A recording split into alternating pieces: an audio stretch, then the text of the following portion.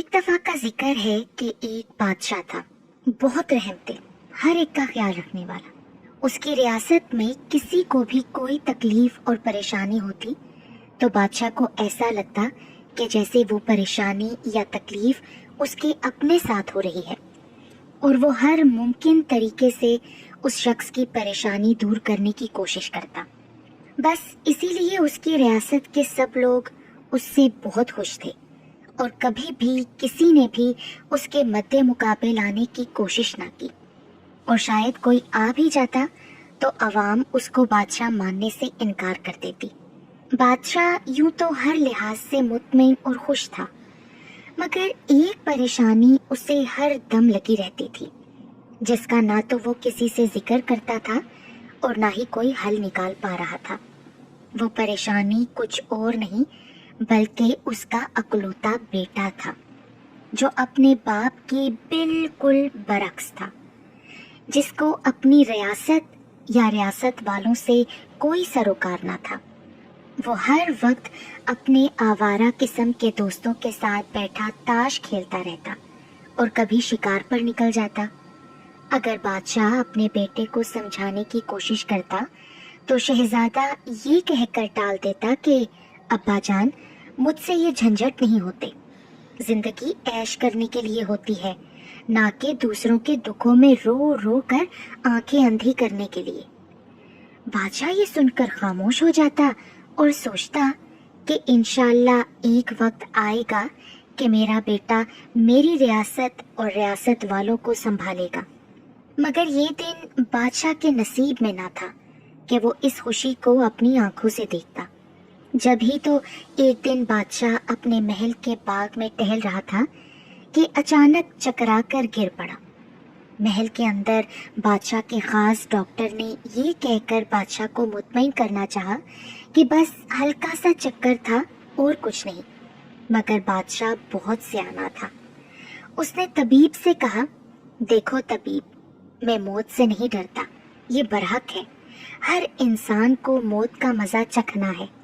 اگر تم مجھے میری بیماری کے متعلق بتا دو تو کم از کم میں اپنی رعایا کے سلسلے میں کچھ کر جاؤں، کیونکہ تم تو شہزادے کو جانتے ہو نا، اس کا ذہن ابھی بچوں والا ہے۔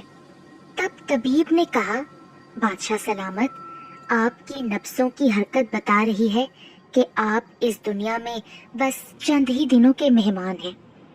آپ کو ایک ایسی بیماری لگ گئی ہے جس کا علاج ابھی تک ایجاد نہیں ہوا، اس لیے ہم اپنی جان دے کر بھی آپ کو نہیں بچا سکتے۔ ایک دن بادشاہ نے شہزادے کو اپنے پاس بلایا اور اسے لے کر اپنے محل کے ایک خاص کمرے میں گیا۔ وہاں جا کر اس نے کہا، دیکھو شہزادے، ابھی تو تمہیں میری باتوں کی سمجھ نہیں آتی، مگر میرے بچے، میرے مرنے کے بعد دیکھنا، تمہیں میری باتوں میں سچائی نظر آئے گی۔